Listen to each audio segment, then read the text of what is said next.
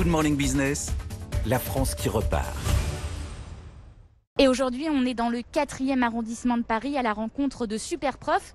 Superprof, c'est une entreprise qui a voulu dépoussiérer les cours particuliers et qui a vu son activité bondir avec le confinement. On va voir ça. Je vais te présenter rapidement ma manière de travailler.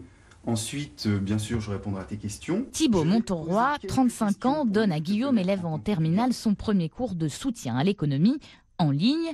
Passé par HEC et après un début de carrière dans le consulting, Thibaut, depuis 2 ans, est professeur particulier à plein temps. Moi, je me vois comme un peu un complément aux profs de l'éducation nationale. Je ne les remplace pas. C'est plutôt, j'interviens après, notamment pour des choses qu'ils n'ont pas le temps de faire. Les profs, ils n'ont pas le temps individuellement de s'occuper de tous les élèves sur la méthode pour répondre aux différents types d'exercices. Et moi, c'est surtout là que j'interviens. Avec 20 heures de cours donnés en moyenne par semaine, Thibaut Montauroy gagne environ 3 000 € bruts par mois. Il travaille essentiellement avec la plateforme de Superprof, une sorte d'Airbnb du prof particulier. En quelques clics, il y est possible de trouver un prof de guitare, de piano, de maths ou de français. Lancée en 2013, Superprof connaît un succès fulgurant. Elle héberge aujourd'hui sur son site 11 millions de professeurs, un peu partout dans le monde, en France bien sûr, en Italie, au Royaume-Uni, aux États-Unis, en Amérique latine, en Inde. Et fait rare pour une start-up, Superprof n'a jamais levé de fonds.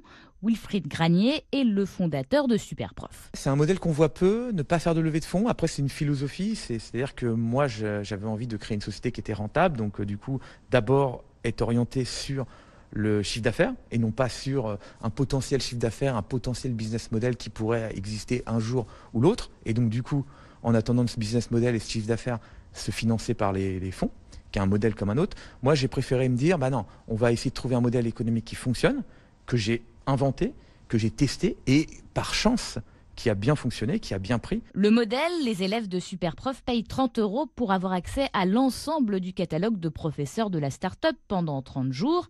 Catalogue sur lequel chaque professeur a fixé librement son prix. Pour développer justement son répertoire à l'étranger, Superprof a un leitmotiv, la croissance externe. Pour gagner des parts de marché, pour aussi enlever un concurrent d'un pays sur lequel on commence à s'implanter, eh bien, on a fait beaucoup de croissance externe. On a racheté peut-être une quinzaine de sociétés en France, en Europe, aux États-Unis, au Brésil, pour gagner du temps, en fait. Pendant le confinement, Superprof a ainsi racheté l'un de ses concurrents britanniques. Le confinement qui a profité à Superprof avec une hausse de 10% de son activité. La rentrée est encore plus intéressante. Cette fois, les demandes ont augmenté de 30% par rapport à l'année dernière. Généralement, en fait, on voyait des élèves qui arrivaient en aide aux devoirs, en cours de maths, en début d'année, qui avaient des niveaux assez faibles. Là, on arrive avec des élèves qui sont de très bons niveaux.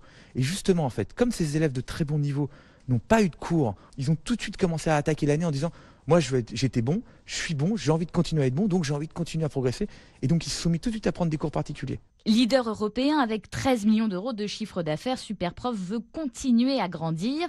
L'entreprise est en train de recruter des profs en Nouvelle-Zélande, en Irlande et en Malaisie. Son objectif ultime, devenir numéro 1 aux États-Unis. Voilà, Superprof dans la France qui repart. Justine Vassogne, Olivier Mélan. Dans un instant, Anthony Morel s'attaque aux mauvaises odeurs au bureau. Bonne ambiance.